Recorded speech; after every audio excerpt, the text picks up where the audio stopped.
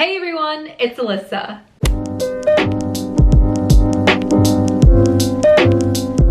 And in today's video, I'm super excited because I'm back doing another sit down, kind of advice talking video. I like these a lot and I always miss doing advice videos and answering your guys' questions when I haven't done one in a while. So I never really use Instagram question stickers at all, but I decided to utilize that for this video. And as you can tell by the title, I'm going to be doing a Q&A. And there are a lot of cheer questions in here, and also there's a mix of just like random questions about me and just like my lifestyle. So if you didn't get to ask a question and you missed it, I did post it on my Instagram story, so you guys can go follow me. I'll put my name right here. Go follow me on Instagram. I try to post a lot and you'll keep up with all of the stuff relating to YouTube as well. Sorry if you could hear construction in the back. It just never stops in San Diego. So I literally just now went and screenshotted a bunch of questions that I got, and I have not gone over these in my head. I don't have an answer prepared. I thought it'd be better to have just a raw, unfiltered answer. This is either gonna be good or it's gonna be bad. Hopefully I'm not all over the place, but I feel like it's good to have like a genuine reaction, you know? Alrighty, so let's get into the questions.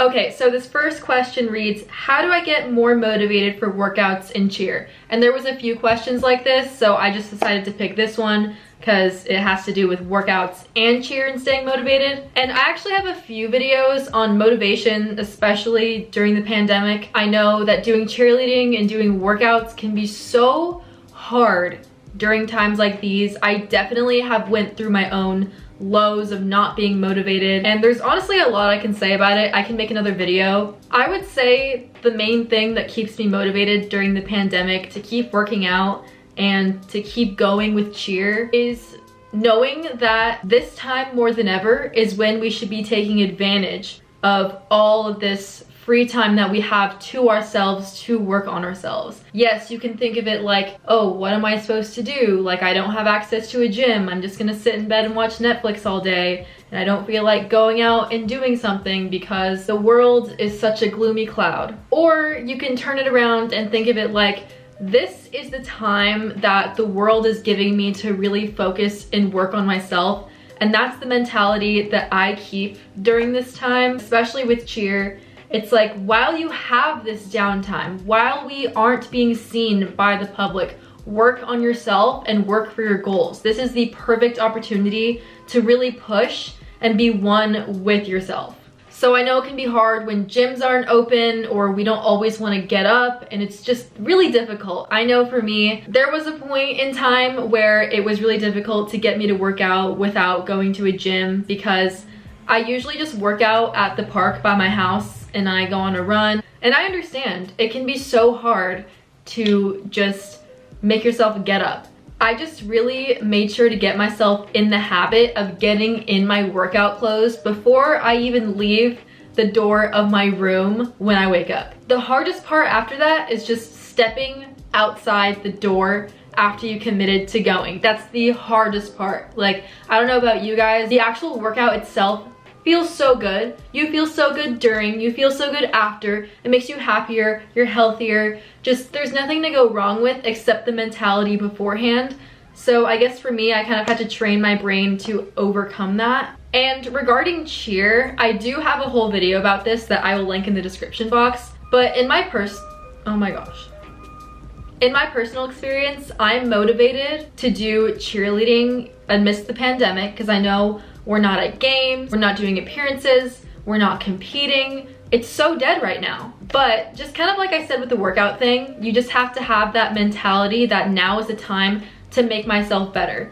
And I just have to remind myself, or you can put yourself in your situation, I'm a collegiate cheerleader. I'm a D1 athlete. I have to represent this brand. This is who I am. I'm dancing on ESPN. I have to live up to that. And thinking about all of that, just thinking about what you represent, whether it's your high school, whether it's your middle school, whether it's your all-star team where you're proud to represent, you were selected to represent this gym, this school's team. It's so competitive to do. Making the cheer team is a huge deal and you should be so proud of yourself. So remember that being a cheerleader, you are an athlete, and athletes eat the healthiest, they train like no other. So you just have to remember who you are and what comes with what you do. And that motivates me because I'm like, wow, this is so cool. Like, I get to rep my school in this way. I was selected to be doing this position, so I'm going to train like it. What's also a big motivation is the fact that once you guys get back in person, your coach, I'm sure, is going to be expecting you to be in shape, not huffing and puffing during your routines. You want to make sure that you come back in the best shape you can possibly be. Go wow your team, go wow yourself, do it for yourself. And now is just the time to really put your full potential into full drive. And I just think that's just like an amazing opportunity that we should be taking. All right, I guess we started with a long one, or maybe I just ramble. Let's go to a little bit of a shorter, more mellow question. What was your favorite cheer team to be on? This is a tough question because I can truly and honestly say I have thoroughly enjoyed and loved all of my cheer teams, especially because of how much I grew from each and every one of them. Each cheer team I've been on has taught me something so much, and it has really helped me grow. I think all of my cheer career, I have always said that my all-star cheerleading gym when I was 15 at Cheer Precision's All-Stars was my favorite. I think I've mentioned that many times because I feel like that's where I had the largest period of growth, because before I joined All-Star Cheerleading, I was not really the athletic type. I ran like 14-minute miles, which is double of what I run now. I was not that driven. I was never motivated. I think the reason why I say Cheer Precision's All-Stars back when I was a sophomore in high school was my favorite, because it was this sort of pivotal moment for me in my life. Not only did I have so much fun and my heart filled with so much passion for the first time, it just really helped shape the foundation of like who I started to grow to be. It's crazy how much we're changing. Like, I can strongly say that I am not the same person that I was a few months ago, and a few months before that, I wasn't the same person. I am just in a big period of growth right now, and I feel like I always have been. All right, that one was also a little bit long, so we are actually getting to a lighthearted one. Someone asked me what my favorite stunt is. And I'm gonna be honest with you guys, stunting, even though I would say so myself that I'm very good at stunting. My favorite was always like dancing or tumbling or jumps or just, you know, not stunting. My favorite stunts are pretty simple. I love switch ups and I love doing waterfalls. They also call them pancakes.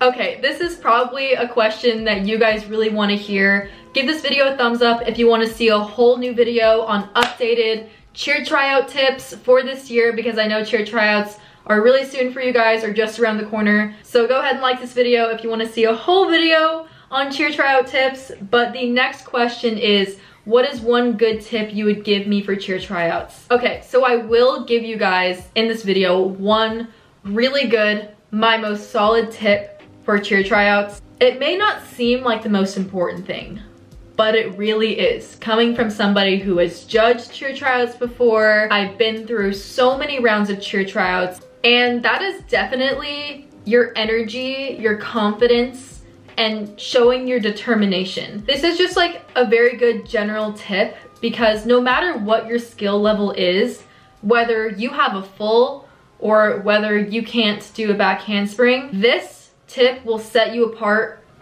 from anybody else. Or if the judges are debating between two people, your energy, you smiling, you acting like you want to be there, you showing that you're passionate, you performing super well, like having a giant smile on your face, looking passionate and radiant with energy, that will set you apart between you and that other person they're debating between. And also that comes with being super sharp. Try your best to be really sharp in your motions, be really loud, and just smile and have a good time. The judges want to feel that you want to be there. They want to feel that you really want this. They want to feel that you're going to be committed, and they want a good performer. Because there's a lot of girls out there who can do the most, the absolute most, level 5 tricks and all, but they got this frown on their face. They look like they don't want to be there. That does not sit well with the judges.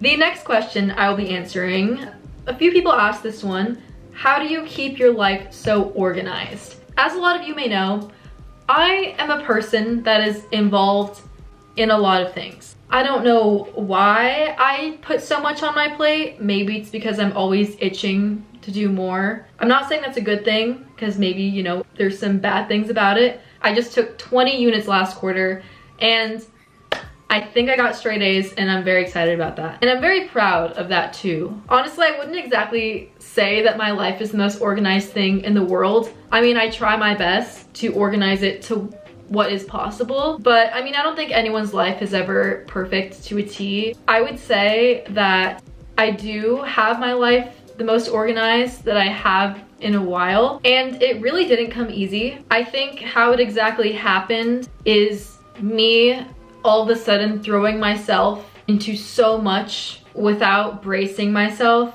and struggling a lot. I definitely struggled so much to become good at managing my time, good at practicing self-care, good at managing my grades and making my priorities straight. It took me a lot of struggle and a lot of failure. Please take that as a learning lesson, because without that, I would not be growing and getting better and good like I am right now. One thing that really does help keep my life organized is Google Calendar and Google Docs. I would not survive without those two things. Those are stacked up fats on my laptop. All of my storage, Google Calendar, Google Docs. And don't think that I'm some crazy punctual person, because if things aren't on that calendar, I don't explode or anything. I just try to keep it up if I can, you know?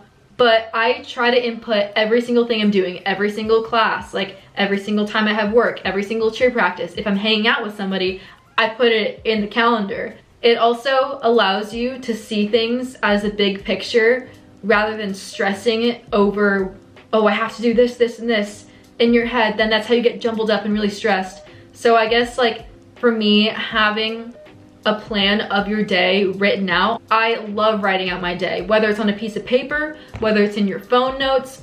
Try writing out your day, everything you're doing. I even include like my breaks. I'm just like, hang out with this person or watch Netflix.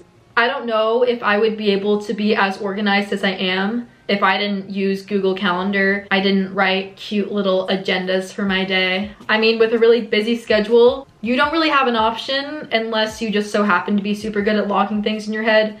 And also that allows me to schedule in time for myself to do self-care and make sure that like I'm making myself happy too. Okay, I think I've been talking a lot, so I probably won't be answering too many more. All right, I will answer this one though, because I'm sure a lot of you are wondering this. Where are you going after college? So as many of you know, I'm currently a senior in college. I did contemplate taking a 5th year, but I don't think I'm gonna be doing that anymore. Just to put things in a short and sweet way, after I graduate, I am planning to take a gap year before I apply to PA school, because I do want to be a physician's assistant, probably specifically for a neurologist, because I love the brain. So that is the end goal. But during that gap year, I mean, a lot of people who are pre-med and who are planning to go in the medical field do this. I need to get clinical hours, so within that gap year, I will be working in a medical setting to get my hours to apply to school. Also, if you could take something from this video, despite other important things I've said, realize that everyone goes at their own pace. This is your life. This is not your friend's life, so don't feel pressured of anything. Think about what's gonna make you happy. When you are old and elderly, what are you gonna be wishing that you would have achieved when you were younger?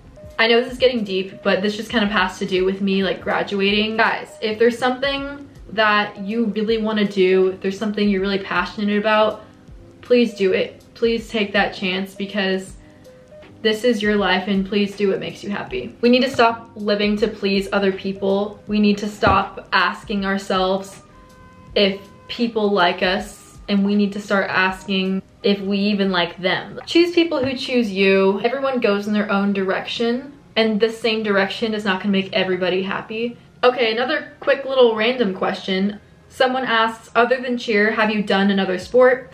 And if you guys know me from like my older videos, I was in the dance team in high school, so I've done dance a lot. I also played volleyball for a little bit and basketball. Had a brief tennis phase in middle school, didn't last very long. Alrighty everyone, so those are all the questions I will be answering today. Remember to give this video a thumbs up if you do want another tryout tips video. Thank you guys so much for watching, and I will see you in my next video.